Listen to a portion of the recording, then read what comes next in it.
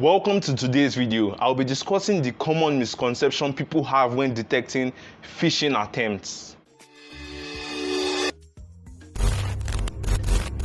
There are two major types of phishing attempts, or two major platforms where phishing is usually common. And the most common platform where phishing usually occurs is via email. As it has been popular over the years, most people use that particular platform to phish people.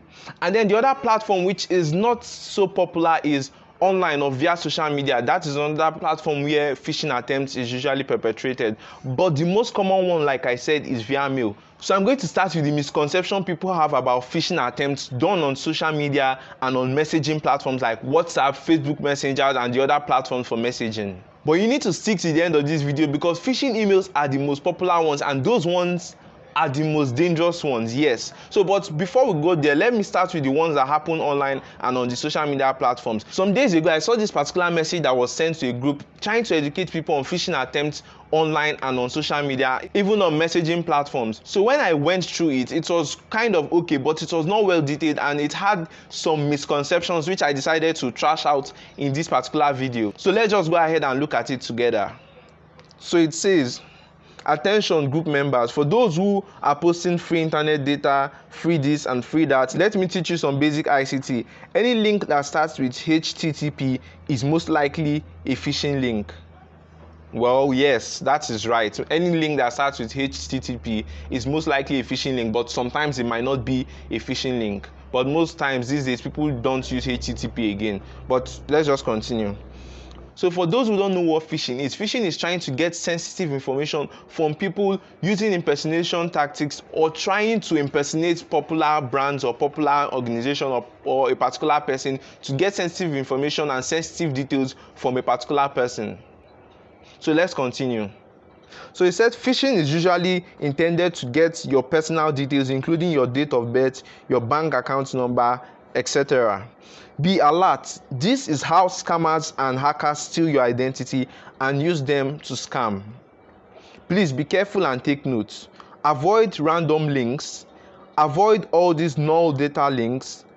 MTN, Airtel are not sharing data. So this one, what this person is talking about, we've been seeing messages on WhatsApp. I don't know if it's happening to those in other countries where people, but it's phishing, so it should be. We've been seeing phishing links on WhatsApp of people claiming to be telecommunication networks, giving free data, giving free airtime to people, that all they need to do is click a particular link, fill in some details, and then they will have free internet data. So we've been seeing phishing mails like that. So that is what this particular point is trying to address. For those who don't know what this particular point is talking about, though MTN and Airtel is commonly used in Africa. So I'm sure for other countries they have other telecommunication networks that they use, like AT&T and T-Mobile and other ones. So let's continue. The government is not sharing money via WhatsApp.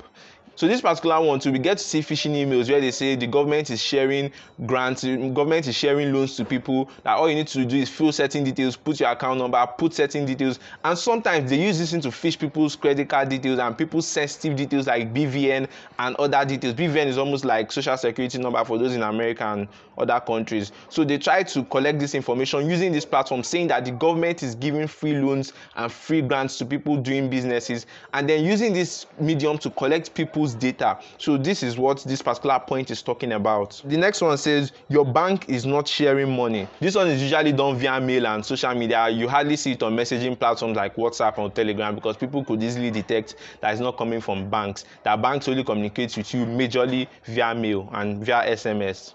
So let's continue.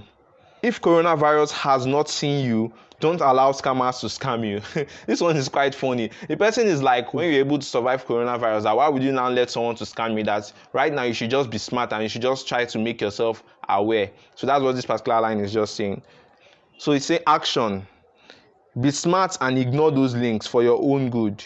Stop forwarding as received without proper verification because you might put someone's life in danger. This is very important because most people just go ahead and forward links that comes to them. It's when they receive some of these messages, they don't verify if it is actually true or not. They just go ahead and forward it to groups, forward it to their contacts, forward it to their family members without confirming it. And the thing is that most of these people don't even click on those links. Most of those people don't even most people are not even interested in it in the first place. Some are interested, some might not be interested, but they just go ahead and forward. Some are just fond of forwarding any message they receive. So if you forward it to your family members or to your friend or to a particular group, you might not have fallen for it because you never clicked on it, but some people will click on those links and then get affected. So one way or the other, what you are doing is affecting other people. So if you are part of those that usually forward any links you see, please do not forward, even if it's job links or anything that has link, as long as it's not maybe YouTube link or Facebook link or Instagram link or any popular link that you are aware of. Do not forward it. Make sure you confirm. If it's saying something about referral money making platforms or something about something free, make sure you make deep research. If you've watched the videos on this platform, if you've watched the videos on my channel, you will know how to detect all those things and search to make sure those things are legitimate. So let's continue. There is no free money. This one is quite true. There's no free credit. There's no free data anywhere in Africa via links. That's true. Nobody's really giving you free data. Nobody's offering you free internet connection anywhere at all. What is the difference between HTTP and HTTPS? Now, this person is trying to explain it so that everyone will know what it is. So, please make sure you read this to the end. Some of you may be aware of this difference, but it is worth sharing for many that are not. The main difference between HTTP and HTTPS is about keeping you secure. HTTP stands for Hypertext Transfer Protocol. The S stands for secure. If you visit a website or a web page and look at the address in the web browser and it begins with the following, that's HTTP. This means that the website is talking to your browser using the regular unsecured language. In other words, it is possible for someone to eavesdrop on your computer's conversation with the website. If you fill a form on the website, someone might see the information you send to that site. What this is saying is that hackers could be listening on your communication. Anything you type could be intercepted. There's a way hackers intercept it. For those who have studied ethical hacking or those who know about all this, there's a way you could intercept data that someone sends on a HTTP site because it is not encrypted. That is what it basically means. Anything you see is going to be in plain text. If you type your bank details or your password, everything will be seen clearly the way it is. It's not encrypted. So now let me explain what HTTPS is, but let's continue. This is why you should never enter your credit card number in an HTTP site. But if the web address begins with HTTPS, that means your computer is talking to the website in a secure code that no one can eavesdrop on. Yes, so this one is true. Once it is HTTPS, it means everything you do will be encrypted. Like hackers will not be able to intercept whatever you're doing. Even if they do intercept it, they won't understand because everything is encrypted. They won't be able to see your password. They won't be able to see your card details because everything is encrypted. Encryption means it changes from the normal English or the normal words to something gibberish, something that someone won't understand ordinarily. Now you understand why this is so important, right? If a website ever asks you to enter your credit card information, you should automatically check to see if the website begins with HTTPS. If it doesn't, you should never enter sensitive information such as your credit card number. Now, this one is very, very tricky.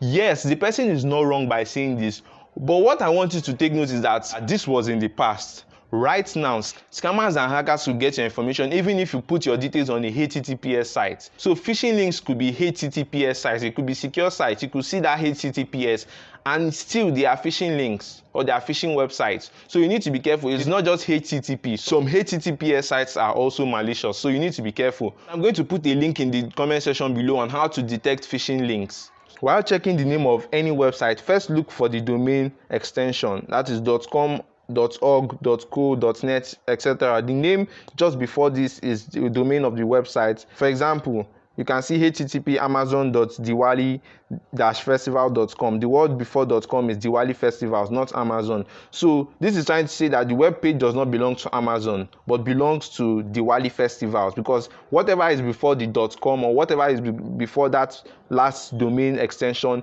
is the real website itself. So what it's saying is that is the diwalifestival.com website, not Amazon. So that is probably a phishing link once you see something like that.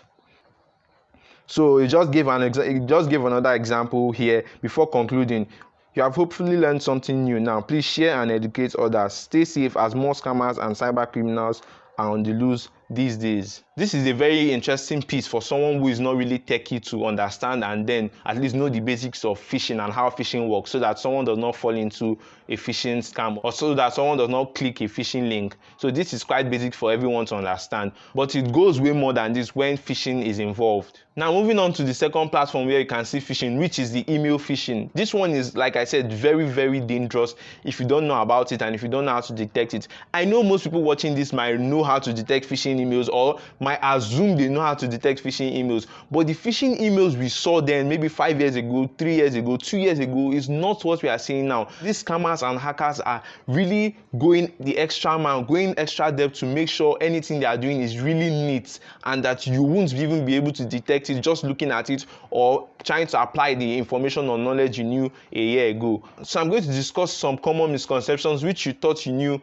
when it comes to detecting phishing mails. So if you are someone who is online safe or someone who at least does his best to know things about cybersecurity or how to be safe online, you might know that if you receive a mail that has some spelling errors, it means it's a phishing mail, or it is a sign, not necessarily is it a phishing mail, but it's a sign that it is a phishing mail. Well, should I say a year ago, you might say yes, this was the case a year, 2 years ago, but right now, trust me, these scammers and hackers are smart. They've improved, they've upped their game, let me put it that way. You might receive this mail without a vocabulary error in it. And so, because these people are smart, they know that usually people detect phishing mails by checking if it has errors. So now they even give it to professionals to write these emails, to craft it in a way that you won't see one single error, even better than those that are sending even from banks that might have proofread their emails before sending. These people make sure that this thing is well sent without errors. So if you still feel that phishing emails, that you will see errors in phishing emails, well, most likely you wouldn't. So I don't want you to use that as a main criteria when detecting phishing mails. Do not use that. This even reminds me of a particular incident that happened, I guess February this year, where some people had issues with their particular bank, a bank in Nigeria, and then they were communicating with the customer service via Twitter that they had issues. So many people were complaining about a particular issue which they had.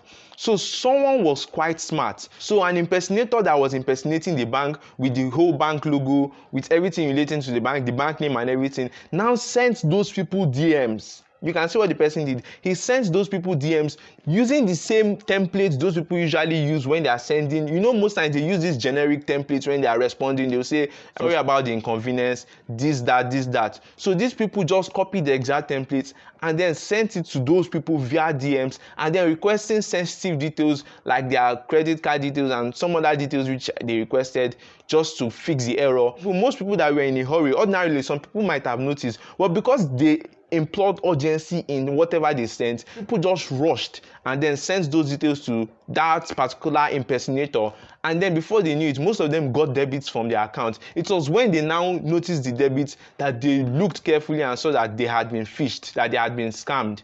So you can see it's not about the vocabulary again. Most scammers already know how to craft these things in a way that you can't even detect it using vocabulary. So that's just what I wanted to debunk, or that's one misconception I wanted you to just take note of. That doesn't work again. So another popular misconception that people have is that these scammers will send you emails with a public domain. What do I mean by a public domain?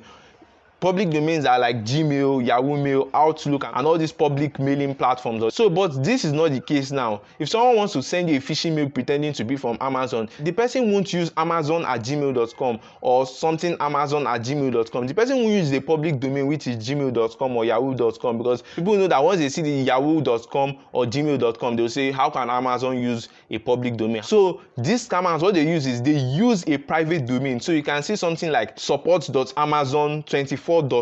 So you might not really notice once you just look quickly. If you see the support, then you see the Amazon, you see .com, you didn't see Gmail. You might not look carefully, and then you go ahead and reply to whatever they are telling you. That might be a wrong step to make. So what I want you to know is that most of these people don't use these public domains again. So if you are thinking the scammers are going to use public domains, you are quite wrong. So if you think that most of these scammers that send phishing emails might be requesting for money or requesting for something relating to money, some of these people don't request for money upfront because they know that people might get suspicious. So the first mail they might send to you might not really request for money or might not signal that they want some of your information. It might just be something friendly, or they might just send you a random information, just, oh, thank you for supporting us, this. They won't ask you, they won't request, because that's the common one that has been popular now, that has been going around.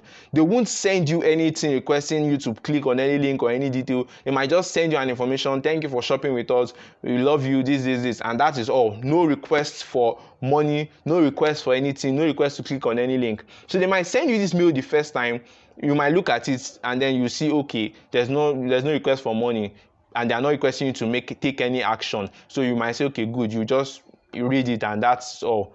They will send it to you again. So by the time they send it after 2 times or 3 times, they've gotten your trust in one way. And then after getting your trust, maybe the 4th time or the 5th time, then they might now send you a phishing link. By then they must have gotten your trust. Right now, you just need to keep on educating yourself. You just need to be aware. There are lots of ways these people are learning every day. So you should be learning every day also. If you are not learning every day, you'll probably be in trouble. If you think the knowledge you've known before, that you've known a year ago or some months ago, will help you to stay safe this month, next month, you must be joking, because these guys are switching up things every day. So always keep yourself aware. Always keep yourself in the know. Subscribe to channels that teach you online safety, or to websites that teach you online safety, or to articles that teach you online safety. You might not really be inclined to online safety because you might have your career and other things, but online safety is really important, and cybersecurity is supposed to be everyone's business. So you can just do your bit and then know the basics. No grammatical blunder or vocabulary